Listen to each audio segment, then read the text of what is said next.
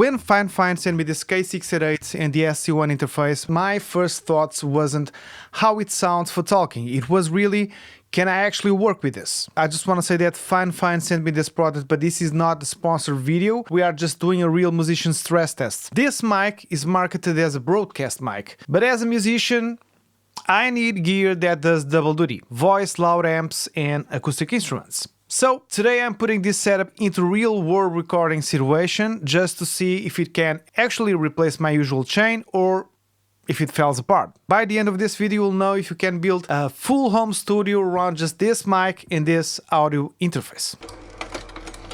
In the box you have the microphone, a USB cable, an adapter, and an XLR cable.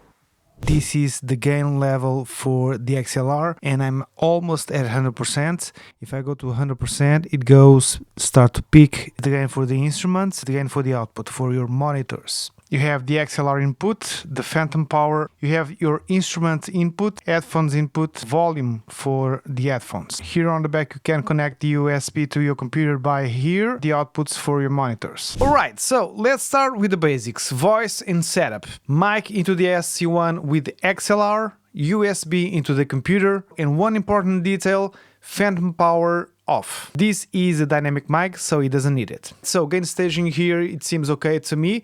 I'm around this position on the knob. I'm not using a booster or inline preamp. Now, full honesty. The noise floor on the SC1 is not the cleanest I've ever used. My Behringer UMC 204 HD, for example, is noticeably quieter with 96 dB signal to noise ratio. Fifine claims around 75 dB signal to noise ratio on the SC1. That's not the high-end interface territory, but at this price I think it's really acceptable.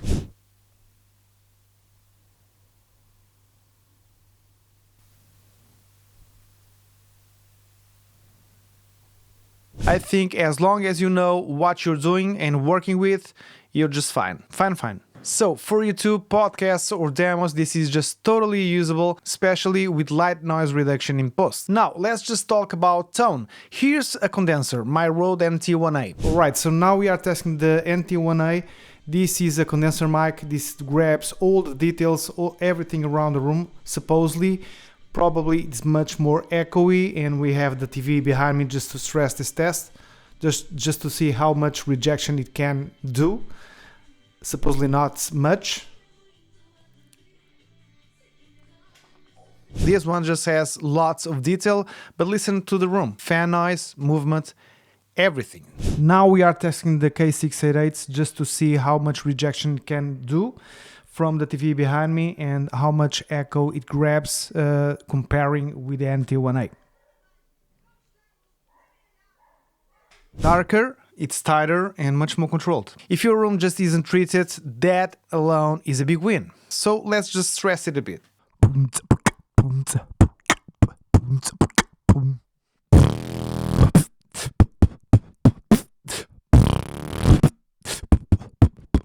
This has just no distortion, no nasty collapse in the tone. I think that's really impressive at this price. The built-in pop filters looks really pro, but are you really preoccupied with some plosives plim plum plum?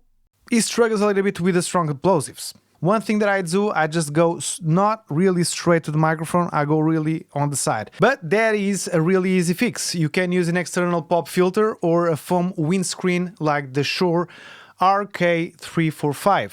It's like this one, but it's a little bit more protective on the plosives. So if I do just like this, are you pleasing the personal pleasing staff on the plim plum plum? What do you think? Cheap upgrade and big improvement. One more thing, it's heavier than it looks. You just use a solid stand or just a boom arm. Handling noise is decent, but don't mount this one on the cheapest stand that you can find. As you can see, this is not cheap, but I'm not being aggressive now. Alright, so now the real punishment. Loud electric guitar. So the SM57 is the classic king on the guitar caps. Now let's see how the K688 holds up.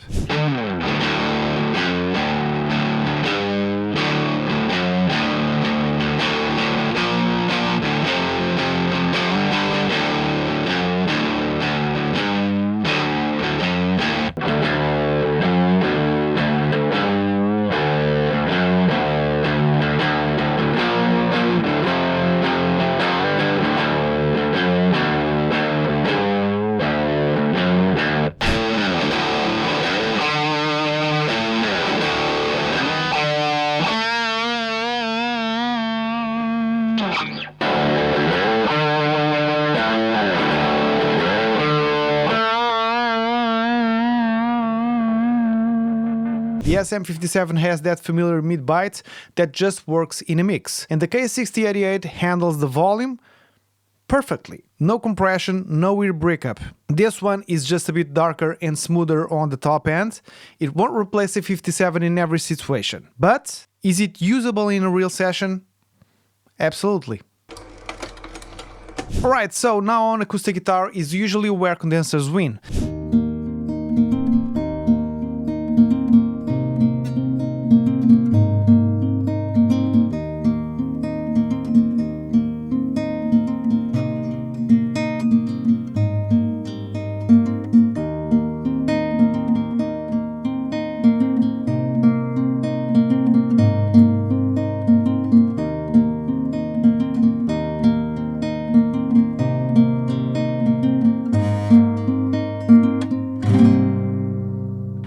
Condenser of course gives you that sparkle, but also all the room. The SM57 is focused but woody, the K688 is drier and more controlled. Less detail, but also less room. For me, the condenser just sounds beautifully, but it exposes every flaw in an untreated space. For me, the K688 trades detail for control in a bedroom studio. That can actually be the smarter choice. Actually, rejection is pretty good.